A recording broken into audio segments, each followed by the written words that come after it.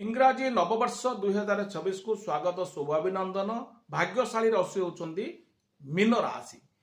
जो मित्र मान नाम राशि मीन राशि हो पूर्व भाद्रपद उत्तर भाद्र रेवती नक्षत्र बृहस्पति ग्रह होउचंदी देवगुरु आपण राशियाधिपति ग्रह 2024 मसीहा केमिति कटिब 2024 मसीहार पूर्ण सहयोग आपणकर समस्त कार्य साधित हम आपण भाविथिबा कार्यटी त्वरान्वित करबा पाई पूर्ण बल जोग पाइबे। 2024 मसीहा 2024 मसीहा जून मास 2 तारिख पर्यंत चतुर्थ बृहस्पति अवस्थान करुछंती।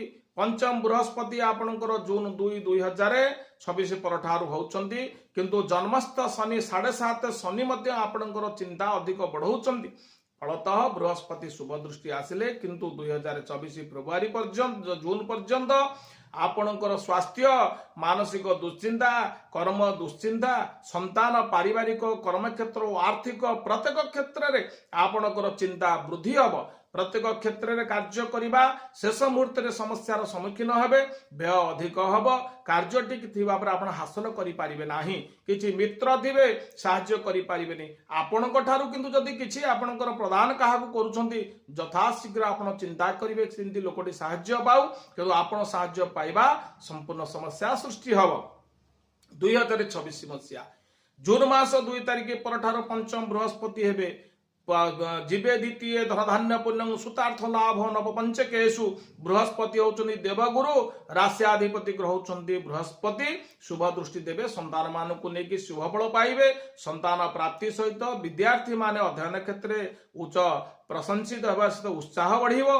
कर्म नियुक्ति आपण निश्चिंत हेबे, नूतन द्रव्य क्रय करिवे, गृह भूमि बा प्रत्येक क्षेत्र में मांगलिक कर्म करबा पाई विवाह व्रत गृह प्रतिष्ठा गृहारंभ भूमि पूजा बा आपणकर कौनसी जदि मांगलिक कर्म करिपारिबार शुभ जोगटे जून 2 2026 पर पाउछंती। द्रव्य क्रय करिवे, दूर यात्रा करिवे, तीर्थ भ्रमण करिवे, विदेश यात्रा करिवे, कर्म क्षेत्र नियुक्ति प्राप्त सहित पदपदवी रे आपण अभिषिक्त हेबे। व्यवसाय उन्नति करने सहित राजनीति क्षेत्र पूर्ण सहयोग कार्य संपादित हम।